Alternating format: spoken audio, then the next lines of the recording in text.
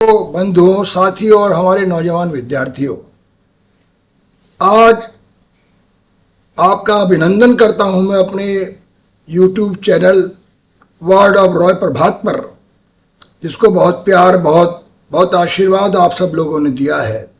आज हमारी पेशकश के केंद्र में ज़बरदस्त क्रांतिकारी रहे, स्वतंत्रता सेनानी रहे, मेरठ की क्रांति धरा पर पैदा हुए कॉमरेड शांति त्यागी हैं। कॉमरेड शांति त्यागी का जीवन बहुत ओजस्वी और तेजपूर्ण जीवन रहा है और वो ऐसे परिवार में उन्होंने जन्म लिया जो खुद एक स्वतंत्रता सेनानी परिवार था। ग्राम था कैथवाड़ी, पिता का नाम था महाशय हरद्वारी लाल। ऐसे कुल में जन्म लिया कॉमरेड शांति त्यागी ने। और वो दौर था जबकि आज़ादी का संग्राम सड़क से लेकर घरों तक और घरों से लेकर सड़क तक लड़ा जा रहा था। गिरफ्तारियों का दौर था, संघर्षों का दौर था। 1920 में उनका जन्म हुआ ग्राम कैथवाड़ी में। 1920 वो दौर है इतिहास का जबकि महात्मा गांधी हिंदुस्तान के संघर्ष की नेतृत्व में चरम पर थे। लोकमान्य तिलक की मृत्यु हो चुकी थी और गांधी ने असहयोग आंदोलन का आह्वान किया था 1920 में। पूरा देश उस दौर से निकलकर संघर्ष के दौर में आ गया था, जबकि कांग्रेस पार्टी एक प्रस्ताव पास करने वाली पार्टी थी, अधिवेशनों के अंदर दरियाफ्त करने वाली, पुरजोर मांग करने वाली पार्टी थी। उसको एक संघर्षशील पार्टी बनाया महात्मा गांधी ने। गांव गांव तक, नगर नगर तक, डगर डगर तक महात्मा गांधी ने कांग्रेस को पहुंचाया। महाशय हरद्वारी लाल जो शांति त्यागी के पिता थे, वो जबरदस्त समर्थक थे महात्मा गांधी के और उन संघर्षों में सक्रिय हिस्सा लिया। जो भी संघर्ष हुए महात्मा गांधी के नेतृत्व में, चाहे वो असहयोग आंदोलन था, चाहे वो इसके बाद खिलाफत का आंदोलन था, इसके बाद एक और आंदोलन हुआ 1930 का सविनय अवज्ञा आंदोलन, 1942 का मूवमेंट, जो भी मूवमेंट हुए, लंबा दौर है, बड़ा लंबा संघर्ष है। वो हर बार महात्मा गांधी के अनुयायी बने और महात्मा गांधी के लिए, देश की आज़ादी के लिए जेल गए। तो ऐसे कुल में जन्म लेकर कुछ संस्कारवान बनना ही था इस बच्चे को, जो कि कैथवाड़ी में जन्म लिया था, जिसने नाम था शांति त्यागी। जब वो बड़ा हुआ तो वो दौर था जबकि भगत सिंह, राजगुरु सुखदेव को फांसी दी गई थी जब वो 11 वर्ष के थे। उसका बड़ा प्रभाव पड़ा। साथ ही मेरठ के अंदर एक कॉन्स्पिरेसी केस चला कम्युनिस्टों पर। सारे देश के कम्युनिस्टों को इकट्ठा करके गिरफ्तार करके मेरठ लाया गया और उन पर यह इल्ज़ाम आयद किया गया कि उन्होंने मेरठ को केंद्र बनाकर ब्रिटिश हुकूमत का तख्ता उलटने की साजिश की है। यह 1929 का दौर था। उस वक्त 9 वर्ष के थे जब ये लाहौर कॉन्स्पिरेसी केस शुरू हुआ लाहौर में भगत सिंह के खिलाफ। तब भी वो एकदम बच्चे थे, लेकिन सबका प्रभाव, गांधी का तो प्रभाव था ही उनके जीवन पर, पिता के कारण, परिवार के कारण, गांव के कारण, परिवेश के कारण। लेकिन ये भी दौर में उन्होंने समाजवाद का शिक्षा को समझा जो भगत सिंह ने पेश की थी। राम प्रसाद बिस्मिल के नेतृत्व में काकोरी को समझा और धीमे धीमे वो बढ़कर उनके पिता ने उनको गुरुकुल डॉलरी, मेरठ में एक आर्य गुरुकुल था, उसमें एडमिशन करा दिया। उनके पिता कांग्रेसी होने के साथ एक प्रबल आर्य समाजी भी थे, महाशय हरद्वारी लाल। तो इस सब का एक सम्मिलित प्रभाव उनके जीवन पर पड़ रहा था। और जब वो कॉलेज में दाखिल हुए तो 1937 का वर्ष था जब वो इंटरमीडिएट के अंदर मेरठ कॉलेज में प्रवेश किया। वो अध्ययनशीलता का, उनके व्यक्तित्व के निर्माण का एक दौर था। तो एक मिला जुला असर आर्य समाज का, कांग्रेस का, भगत सिंह का, पंडित राम प्रसाद बिस्मिल का, मेरठ कॉन्स्पिरेसी केस के क्रांतिकारियों का, जिसमें सबसे उल्लेखनीय नाम श्रीपाद अमृत डांगे का है, जो बाद में उनके बड़े बड़े प्रबल दिग्दर्शक बने। मुजफ्फर अहमद का नाम उन्होंने सुना। तो ये सारे नाम चर्चा में थे। 31 कम्युनिस्टों को, ट्रेड यूनियन लीडर्स को पकड़कर मेरठ लाया गया था। इसमें 2 ब्रिटिश कम्युनिस्ट भी थे, फिलिप स्प्राट और ब्रेंट ब्रेडले। तो ये वो दौर था जबकि वो सीख रहे थे, समझ रहे थे और कॉलेज पहुंचते पहुंचते जब वो बीए में पहुंचे तो उनका व्यक्तित्व एकदम बदल चुका था। वो गांधी का दामन छोड़कर मार्क्स की तरफ बढ़ चुके थे, कम्युनिज्म की तरफ बढ़ चुके थे, क्रांतिकारी बन चुके थे। गांधी तो अहिंसक क्रांतिकारी थे स्वयं भी, और उनके अनुयायी भी अहिंसक क्रांतिकारी थे, लेकिन साम्यवाद अहिंसा को नहीं मानता था।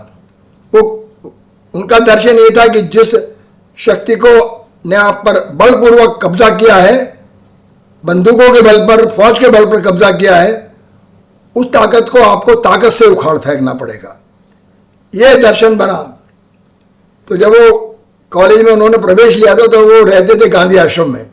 गांधी आश्रम में उनके एक बहन थी बड़ी, वो भी रहती थी, तारामती, और उसके जो श्रीमान थे, हस्बैंड थे, पतिदेव थे, धीरेन्द्र विद्यालंकार, वो भी वहीं रहते थे। वो भी स्वतंत्रता सेनानी थे दोनों। ये पूरा परिवार ही, जैसे मैंने बताया ना, माशा हरिद्वारी लाल तो थे ही, उनकी पत्नी जो इनकी माँ थी वो भी सक्रिय थी संघर्षों में, घर भी संभालती थी, कभी कभी आंदोलनों में भी हिस्सा लेती थी। और ये जो उनकी बहन थी और उनके जो बहनोई थे वो भी स्वतंत्रता सेनानी थे। यहीं गांधी आश्रम में उनकी मुलाकात होती कृपलानी जी से। कृपलानी के साथ उनका बहस चलती है, बातचीत चलती है। कृपलानी जी कहते हैं हम भी क्रांतिकारी हैं, हम गांधीवादी क्रांतिकारी हैं। उसी दौर में वहाँ आचार्य नरेंद्र देव का आगमन हुआ, और आचार्य नरेंद्र देव उस उभरते हुए नौजवान से, शानदार नौजवान से बड़े प्रभावित भी, और उन्होंने कहा तुम हमारी पार्टी में आ जाओ। कांग्रेस सोशलिस्ट पार्टी होती थी उन दिनों। 1934 में पटना में उसका जन्म हुआ था, कांग्रेस के अंदर ही वो काम करती थी। तो शांति त्यागी ने कहा मैं तो तुम्हारा बच्चा ही हूँ, आप ही के साथ हूँ। लेकिन वो उनके अनुयायी नहीं बने, वो साम्यवाद के ही समर्थक रहे। साम्यवादी क्रांतिकारी के रूप में उनका विकास हुआ। हाँ, उन्होंने, नरेंद्र देव ने यह जरूर किया कि उनको एक जो है अपना, उन्होंने एक सेल बनाया था, स्टडी सेल लखनऊ का, लखनऊ में समाजवादियों का, जिसमें साम्यवादी भी थे कुछ, उसका उन्होंने सेक्रेटरी बना दिया। वो बड़े प्रखर विद्वान थे, मार्क्सिज्म के बड़े ज्ञाता थे। आचार्य नरेंद्र देव बहुत बड़ा नाम है उनका इतिहास में, तो उनका सानिध्य भी उन्हें मिला। इस तरह से बड़े बड़े लोगों का सानिध्य देखिए, सौभाग्य से उनको उस काल में मिला, जबकि उस काल में उन नौजवानों को ऐसा सानिध्य नसीब नहीं होता। लेकिन क्योंकि गांधी आश्रम बहुत बड़ा केंद्र था गांधीवादियों का, क्रांतिकारियों का, मेरठ का गांधी आश्रम, वहाँ पर वो पढ़े। इसके बाद वो त्यागी बोर्डिंग हाउस में चले गए जब बीए के अंदर 1939 में आए। लेकिन इस समय तक वो भरपूर ज़बरदस्त उनका तेवर था, संघर्षों में हिस्सा लेते थे। 1942 के जंग में उन्होंने ज़बरदस्त हिस्सा लिया, जो आह्वान किया गांधी ने भारत छोड़ो आंदोलन का, क्विट इंडिया मूवमेंट का, उसमें शांति त्यागी ने ज़बरदस्त ढंग से शिरकत की और जेल गए। जेल उनके पिता भी गए। एक दिन शांति त्यागी उसी दौर में जेल की दीवार पर चढ़ गए और वहाँ से उन्होंने तकरीर शुरू कर दी अंग्रेज़ों के खिलाफ। बड़ी मुश्किल से उन्होंने उतारा, ब्रिटिश पुलिस के लोगों ने, जेलर ने, और उसके बाद उनको ज़बरदस्त लाठियों का प्रहार उन पर किया गया। उनके पिता भी उसी जेल में विद्यमान थे, माशा हरिद्वारी लाल जी। उन्होंने कहा देखो शेर का बच्चा चीख नहीं रहा, कितनी शांति के साथ बैठे झेल रहा है। उन्होंने गर्व हुआ अपने बेटे पर उस वक्त। हालांकि उनके विचारों से उस वक्त तो सहमत नहीं थे, क्योंकि वो तो प्रबल गांधीवादी थे और ये प्रबल मार्क्सवादी लेनिनवादी बन चुके थे शांति त्यागी। इसके बावजूद भी वो उनकी वीरता का उन्होंने बड़ा गौरव महसूस किया, क्योंकि वीरता तो गांधीवादी क्रांतिकारियों में भी बहुत थी। वीरता में तो दोनों समान थे, उद्देश्य भी दोनों का एक ही था, जंग आज़ादी को जीतना, ब्रिटिश राज को ख़त्म करना। लेकिन रणनीति में फ़र्क था। गांधी बिल्कुल अहिंसक थे, साम्यवादी अहिंसा को नहीं मानते थे। वो आवश्यकता पड़ने पर बल प्रयोग का, हिंसा का भी वकालत करते थे कि अगर कोई राज उखाड़ना पड़े, जालिम राज, जैसा ब्रिटिश राज एक जालिम राज था, साम्राज्यवादी राज था, उसको उखाड़ फेंकने के लिए जन हिंसा भी होनी चाहिए, जन संघर्ष, जिसमें हिंसा बेहद ज़रूरी थी। तो ये एक रणनीतिक फर्क दोनों में था। 42 का संघर्ष 45 तक खत्म हुआ। शांति त्यागी को विभिन्न जेलों में ले जाया गया, क्योंकि वो ज़बरदस्त उनके तेवर थे। बरेली जेल में भी रहे वो, कई जेलों में उनको ट्रांसफ़र किया गया। उनके साथ उस दौर में कॉमरेड मुसद्दी लाल भी थे, कॉमरेड भरत सिंह भी थे। ये तो क्रांतिकारी थे जिन्होंने 42 के संघर्ष में, भारत छोड़ो आंदोलन में शिरकत की। हालांकि कम्युनिस्ट पार्टी ने बाद में बायकाट किया था, लेकिन ये बात उन्होंने कम्युनिस्ट पार्टी की नहीं मानी। उस समय तक वो हीरो बन चुके थे इलाके के अंदर, संपूर्ण क्षेत्र में उनका नाम बहुत हो चुका था कॉमरेड शांति त्यागी का। हालांकि कुछ भी ज़्यादा उम्र नहीं थी उनकी, बिल्कुल नौजवान थे, कॉलेज में ही अध्ययन कर रहे थे। 45 के बाद उन्होंने अपना फिर लिया एडमिशन मेरठ कॉलेज में और ऑल इंडिया स्टूडेंट फेडरेशन के बड़े लीडर बने। वो एक लंबी कहानी है, शांति त्यागी की जिंदगी की बड़ी लंबी कहानी है, जिसको हम बहुत ही संक्षेप में आपके सामने पेश कर रहे हैं, बहुत संक्षेप में। बड़ा विशद जीवन है, बड़ा विराट जीवन है, बड़ा तेजस्वी जीवन है, बड़ा यातनाओं और कठिनाइयों से भरा हुआ जिंदगी है उनकी। आज़ादी मिलने के बाद 1947 में जब ये डिवीज़न हुआ तो दंगे हुए, सांप्रदायिक वैमनस्य हुआ, उसका भी उन्होंने ज़बरदस्त मुकाबला किया। गांव-गांव जाकर कोशिश की कि लोग झगड़ा ना करें, हिंदू मुसलमान, देश तो बट ही गया है, शांति से रहें जो भी यहाँ पर हैं। इसके बाद 47 के बाद भी उनका संघर्ष जारी रहा। किसान मजदूरों की उन्होंने बहुत लड़ाइयाँ लड़ी, गन्ना मिल वालों की लड़ाइयाँ लड़ी। मोदी नगर के अंदर एक ज़बरदस्त इंडस्ट्रियल डेवलपमेंट हुआ था, बेल्ट बन के थी, उन मजदूरों की लड़ाइयाँ लड़ी, लाठियाँ खाई, जेलों में गए, यातनाएं सही। संक्षेप में कहे तो उनका जिंदगी उसी तरह चलती रही जैसे कि ब्रिटिश काल में चल रही थी। ये कांग्रेस की हुकूमत थी, पंडित नेहरू प्राइम मिनिस्टर थे। पंडित नेहरू से और गांधी से वो शांति त्यागी बेहद प्रभावित भी रहे। पंडित नेहरू के बड़े प्रशंसक थे, क्योंकि पंडित नेहरू की नीतियाँ उनके अनुसार कुछ वामपंथ की तरफ अग्रसर थी। समाजवाद की बात करते थे, वो सोशलिज्म की बात करते थे, उसकी पैरवी करते थे। हालांकि वो उनसे उस दौर में सहमत नहीं थे, क्योंकि नेहरू फेबियन सोशलिस्ट थे और शांति त्यागी मार्क्सिस्ट थे, मार्क्सवादी समाजवादी थे। उद्देश्य दोनों का एक था, लेकिन तरीकों में फ़र्क था। उन्होंने एक मिक्स्ड इकोनॉमी की बात की पंडित नेहरू ने, जिसमें पूंजीवाद भी साथ साथ चले समाजवाद के। ये एक बड़ी लंबी बहस है। शांति त्यागी ज़्यादा विवादों में नहीं पड़ते थे, अपने सिद्धांतों पर अडिग और अटल बने रहते थे। यह उनके व्यक्तित्व की बड़ी खूबी थी। जहाँ वो एक तरफ जबरदस्त क्रांतिकारी थे, समाजवादी थे, साम्यवादी थे, साथ ही बहुत ही धर्मनिरपेक्ष व्यक्ति थे। हिंदू मुसलमान का कोई फर्क उन्होंने जिंदगी में नहीं किया, कभी जातिवाद को नहीं माना।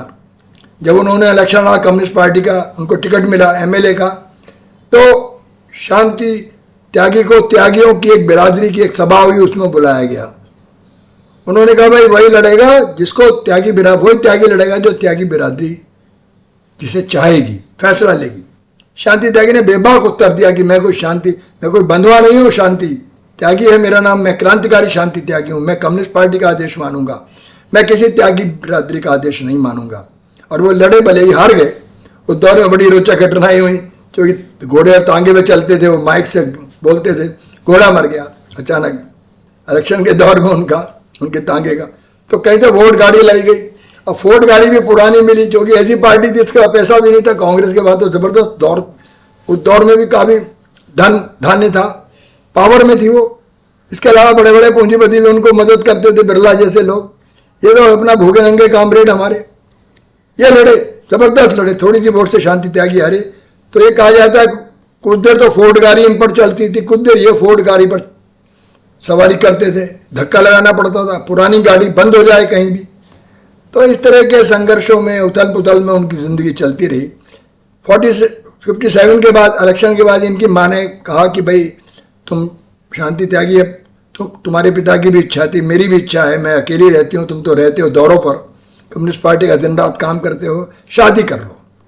बड़ी मुश्किल से, बड़े मान मनोबल के बाद, बड़ी समझाने पर साथियों के, कॉमरेड भरत सिंह ने भी समझाया और साथियों ने भी समझाया, ये शादी कर लो, कोई रजनी माँ का कहना मान लो, उन्होंने बहुत दुख सहा तुम्हारे लिए।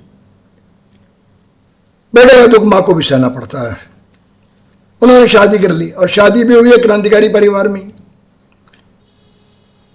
पंडित गिरधारी लाल शर्मा थे, उनकी पत्नी थी शकुंतला शर्मा, दिल्ली में रहते थे। गिरधारी लाल शर्मा तो साम्यवादी थे, शकुंतला शर्मा जी कांग्रेस की लीडर थी, कांग्रेस की फाइटर थी। उनकी बेटी थी सुदेश, उस परिवार में इनकी शादी हुई। श्रीमती सुदेश शर्मा बन गई सुदेश त्यागी, और आगे के अथवाड़ी गांव में सारा मोर्चा संभाला। इनको तो फुर्सत नहीं थी लड़ाइयों से, संघर्षों से, मजदूरों के लिए आवाज़ उठाने से, जेल जाने से, लाठियाँ खाने से, कहाँ फुर्सत थी इनको, शांति त्यागी को। इस तरह का बलिदानी जीवन, शानदार जीवन वो जिया उन्होंने। उसी दौर में आया गोवा मुक्ति आंदोलन, उसी दौर में 1955 मेरठ का जत्था लीड करके चले गए, वहां भी लाठियां खाई, वहां भी बुरी तरह से पीटा गया। कॉमरेड प्रभु दयाल ने और कॉमरेड हकीमुल्ला ने, जो मेरठ में पार्षद भी थे दोनों, उन्होंने बड़ी मुश्किल से इनकी जान की हिफाजत की। बहुत लाठियां बरसाई पुर्तगाली पुलिस ने, बड़ी जालिम पुलिस थी। इसके बाद ऑपरेशन हुआ गोवा में, मिलिट्री ऑपरेशन, गोवा को मुक्त करा लिया गया। तो ये संक्षेप में हम ये सारा उनकी ज़िंदगी बता रहे हैं। बड़ी विशेष ज़िंदगी है, कदम कदम पे जंग है, कदम कदम पे कठिनाइयाँ हैं, कदम कदम पे आर्थिक दिक्कतें भी हैं, लेकिन वो निडर हैं, बेबाक हैं, अडिग हैं, सिद्धांत पर डटे हुए हैं। तो ये वो दौर था। इसके बाद ज़िंदगी चलती रही और फिर वो दौर आया जबकि ये कांग्रेस के बड़े लीडर बने। तो ज़िंदगी है इनकी, दो भागों में इनकी ज़िंदगी को मोटे मोटे हम तकसीम कर सकते हैं। पहला जो भाग एक साम्यवादी क्रांतिकारी का है, जो शुरू होता है 1937 से समझिए और चलता है 1971 तक। तो वो कम्युनिस्ट पार्टी के एक सोल्जर हैं, एक लीडर हैं, यूपी के जनरल सेक्रेटरी भी हैं कम्युनिस्ट पार्टी के। और 71 के अंदर इंदिरा गांधी से प्रभावित होकर, इंदिरा गांधी की नीतियों से प्रभावित होकर, जैसे मैंने बताया जवाहरलाल से तो पहले ही प्रभावित थे, वो काफ़ी कुछ नेहरूवादी थे, नेहरू के प्रशंसक भी थे जो कम्युनिस्ट पार्टी में थे। कम्युनिस्ट पार्टी ने इंदिरा गांधी की सरकार भी बचाई थी जब सिंडिकेट और इंडिकेट डिवाइड हुआ था। इंदिरा कांग्रेस और पुराने कांग्रेसियों ने जो उनमें मतभेद हुए, तो ये नज़दीक तो थे काफ़ी कांग्रेस के कॉमरेड लोग, साम्यवादी लोग, सीपीआई के लोग, खास तौर पर सीपीएम के नहीं, पर सीपीएम भी सहायक थी उस वक्त जब इंदिरा गांधी की सरकार को बचाया गया। तो 71 में इन्होंने अपने बहुत सारे साथियों के साथ, जिनमें कुमार मंगलम भी थे, मोहन कुमार मंगलम, चंद्रजीत यादव, बड़े बड़े लीडर, कॉमरेड शांति त्यागी, मेरठ के धर्म दिवाकर और बहुत सारे साथी, जिनके हम सारे नामों का उल्लेख नहीं कर रहे हैं यहाँ पर, ये हम कांग्रेस में चले गए। और इन्होंने कहा मैं कांग्रेस में आया हूँ अपने सिद्धांतों के साथ, उन्हीं अडिग सिद्धांतों के साथ जिनके लिए मैं लड़ा हूँ। समाजवाद मेरे जीवन का उद्देश्य। कांग्रेस भी ये कहती है समाजवाद। और इंदिरा गांधी की नीतियों से प्रतीत होता है, जिस तरह से उन्होंने प्री पर्स खत्म किया, जिस तरह से बैंक नेशनलाइजेशन किया है, जिस तरह से गरीबी हटाओ का नारा दिया है, जिस तरह से सोवियत संघ के साथ उन्होंने मिलिट्री पैक्ट किया है, जिसकी वजह से बांग्लादेश का निर्माण हुआ, पाकिस्तान को बुरी तरह पराजित किया गया। इन सब कारणों से मैं कांग्रेस में जा रहा हूँ, लेकिन अपनी सिद्धांतों से, अपने उद्देश्य से नहीं टिका हूँ। पार्टी बदलने से मेरा मकसद ज़िंदगी का नहीं बदलेगा। मेरा मकसद वही है जो भगत सिंह का मकसद था, ऐसे समाज की स्थापना करना जिसमें गैर बराबरी ना हो, आर्थिक गैर बराबरी ना हो, सामाजिक गैर बराबरी ना हो, किसी तरह की गैर बराबरी नहीं चाहिए। न्यायपूर्ण समाज, एकदम न्यायपूर्ण समाज, ये विषमता का खात्मा हो, इस उद्देश्य के लिए शांति त्यागी ने कहा मैं जिया और मरा हूँ और आगे भी यही सब करता रहूँगा। वो सांसद बने, 2 बार सांसद रहे, कांग्रेस के राज्यसभा मेंबर बने उत्तर प्रदेश से 2 बार, लेकिन वो मिनिस्टर नहीं बन सके, नहीं बनाया गया बहुत से कारणों से उनको, क्योंकि वो प्रखर व्यक्ति थे बहुत। और एक बार तो वीर बहादुर सिंह जो उस समय जनरल सेक्रेटरी थे उत्तर प्रदेश कांग्रेस के, उन्होंने कहा भी कि आप लोगों के बारे में एक आम धारणा है, धर्म दिवाकर के बारे में और कॉमरेड शांति त्यागी के बारे में, क्योंकि ये उस समय जिला के प्रेसिडेंट थे, धर्म दिवाकर सेक्रेटरी थे, कि आप संजय गांधी को पसंद नहीं करते। तो इन्होंने बड़ा बेबाक उत्तर दिया कि हमारे लीडर इंदिरा गांधी है, संजय गांधी नहीं है। संजय गांधी का हम आदर करते हैं, लेकिन उनको लीडर नहीं मानेंगे, लीडर हम श्रीमती इंदिरा गांधी को ही मानेंगे। तो इस कारण से भी उनका बहुत सारा ये एक इमेज जो थी वो लेफ्टिस्ट, हार्डकोर लेफ्टिस्ट की बना रही कांग्रेस के अंदर भी। वो उन प्रश्नों को उठाते थे राज्यसभा में जिनको कोई नहीं उठाता था, उन सवालों को उठाते थे, गरीबों के, मजदूरों के, किसानों के, गन्ना किसानों के, खासतौर से पश्चिम उत्तर प्रदेश के जो सवाल थे उनको बड़ी बेबाकी से, बड़ी निडरता के साथ, बड़ी स्पष्टता के साथ शांति त्यागी ने राज्यसभा में बार बार उठाया। तो बहुत प्यारे नहीं बन सके वो प्राइम मिनिस्टर्स के, इसलिए उनको मिनिस्टर भी कैबिनेट दर्जा नहीं दिया गया, लेकिन उनकी इज्जत तो कैबिनेट मिनिस्टर से भी ज़्यादा रही हिंदुस्तान में, सब जानते हैं, पूरा देश जानता है। इस तरह से उनकी ज़िंदगी आगे बढ़ती है और वो बहुत सारे सवालों को हल करने की कोशिश करते हैं। अपनी ज़िंदगी में बहुत सारे सवाल हल नहीं हो पाते, अधूरे रह जाते हैं। जैसे मैंने बताया, आज़ादी मिली उनके संघर्षों से, एक सवाल हल हुआ। गोवा मुक्ति हुई, दूसरा सवाल हल हुआ। लेकिन सोशलिज्म का सपना पूरा नहीं हुआ जीते जी। सोशलिज्म की तरफ देश बढ़ा भी, इंदिरा गांधी के दौर में बढ़ा, राजीव गांधी के दौर में भी थोड़ा बहुत बढ़ा, लेकिन इसके बाद उसने रिवर्स गियर ले लिया। तो ये जो जिंदगी है बड़ी शानदार जिंदगी है, बड़ी ओजस्वी जिंदगी है, ये सांप्रदायिकता के खिलाफ खड़ी है, ये जातिवाद के विरुद्ध खड़ी है, ये हर पल जंग कर रही है। कोई आर्थिक लाभ लेने की, बहुत सादा जिंदगी थी उनकी। जेल में भूख हड़ताल हुई 21 दिन की, बैतों की सजा मिली, 42 की बात है, 21 दिन की भूख हड़ताल कर दी, पेट खराब हो गया, आखिर तक खराब रहा, बेहद परेशान थे पेट को लेकर। मुसद्दी लाल कॉमरेड, जिनका बूथ अभी मेरठ में लगा है, बड़ी शानदार मूर्ति कचहरी के पुल पे लगी है, वो उन्होंने भी बैतें खाई, शांति त्यागी ने भी बैतें खाई, बेहोश भी हो गए बैत खाते खाते ब्रिटिश पुलिस की जेल के अंदर, लेकिन टिके नहीं। कैसा व्यक्तित्व है। मैं ये पूरा वीडियो अपनी स्मृति के आधार पर बना रहा हूँ, पूरा का पूरा वीडियो, जो जानकारियां मेरे पास हैं, मेरे मस्तिष्क में है, मेरी स्मृति में है, क्योंकि मैं भी एक दौर में उनके निकट रहा हूँ। मैंने बहुत कुछ सीखा, उनकी ज़िंदगी को देखा है जीते हुए। जब वो साम्यवादी क्रांतिकारी थे तो हम कॉलेज में आए, एक पैड होता था उनके पास, बैग, काला बैग, चमड़े का बैग, उसमें उनका पैड, उनकी मोहर, उनके कपड़े, जाने कहाँ ठहरना पड़ जाए, सब कुछ एक बैग में रहता था। जाने किसके लिए चिट्ठी लिखनी पड़ जाए, जाने कि किसके लिए क्या करना पड़ जाए, वो बिल्कुल तैयार रहते थे। एक तरह की परिव्राजक जिंदगी मैं कहूँगा, निरंतर घूमते रहने वाली जिंदगी उन्होंने जी। बड़े बड़े लीडर उनके संपर्क में थे। सी राजेश्वर राव से उनकी बड़ी निकटता रही, जो जनरल सेक्रेटरी रहे सीपीआई के।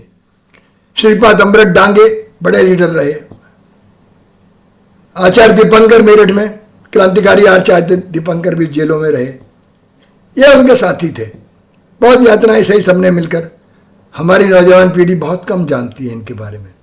हम ये कोशिश कर रहे हैं कि उन महान क्रांतिकारियों के जो मेरठ की धरा पर 1857 की धरती पर जन्म लिया है, जिन्होंने माता दीन वाल्मीकि, मंगल पांडे, ये सब नाम जुड़े हैं मेरठ के साथ। चाहे पैदा नहीं हुए मेरठ में, बलिया पैदा हुए मंगल पांडे, बगावत शुरू की, लेकिन मेरठ से उनका नाम अचानक जुड़ गया, क्योंकि मेरठ ने फॉलो किया मंगल पांडे की शहादत को। माता दीन वाल्मीकि ने पहली गोली चलाई, बगावत हो गई, बड़ी बगावत हुई, तमाम हिंदुस्तान दहल उठा, यहाँ से लेकर दक्षिण तक, इधर पेशावर तक। ऐसी धरा पर शांति त्यागी का जन्म हुआ था। उसी रवायत को, उसी परंपरा को, उसी फितरत के साथ क्रांतिकारी वो जिए, जिंदगी भर जिए। एज ए कम्युनिस्ट लीडर भी जिए, एज ए कम्युनिस्ट फाइटर भी जिए, और एज ए कांग्रेस लीडर भी जिए। ये नहीं कि उनका मकसद बदला, मकसद नहीं बदला, रणनीति बदली।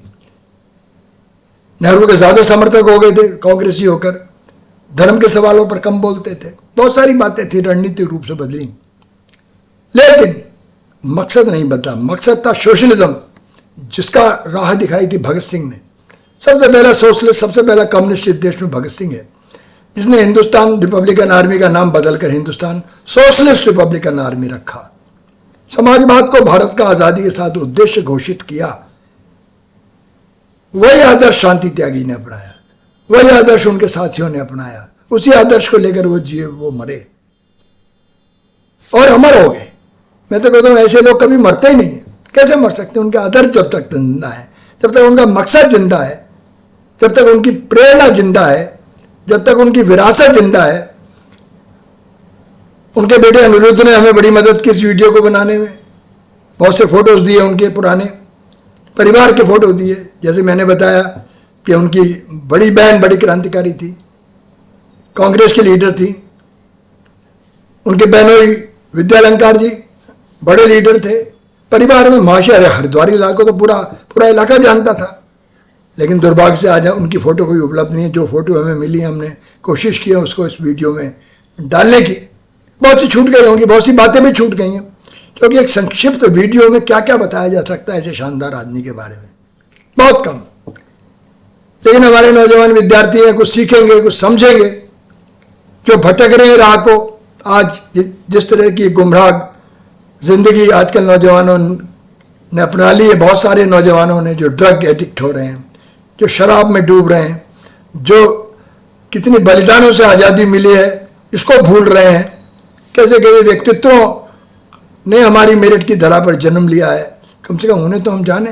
इसलिए हमने विष्णु शरण धुबलेश्वर एक वीडियो बनाया जो आजीवन कारावास काटे काकोरी कांड में। चौधरी चरण सिंह पर एक वीडियो बनाया जो उनके शिष्य थे। कॉमरेड भरत सिंह पर बनाया जो बड़े मार्गदर्शक रहे कॉमरेड शांति त्यागी के। आचार्य दीपांकर पर आगे हम कोशिश करेंगे कुछ बताने की। तो इस तरह की कोशिश हम करते हैं नौजवानों के लिए। उम्मीद है कोशिश हमारी कामयाब होगी, कहीं ना कहीं सफलता की तरफ पहुंचेगी। ये चिराग बुझेंगे नहीं, प्रज्वलित रहेंगे। जिन बातों को गाकर वो मानकर सरफरोशी की तमन्ना अब हमारे दिल में लेकर वो चले और आगे बढ़े, वही तमन्ना लेकर हमारे नौजवान भी बहादुर बनेंगे, भटकेंगे नहीं। इसी उम्मीद के साथ शुक्रिया, धन्यवाद, जिंदाबाद रहिए।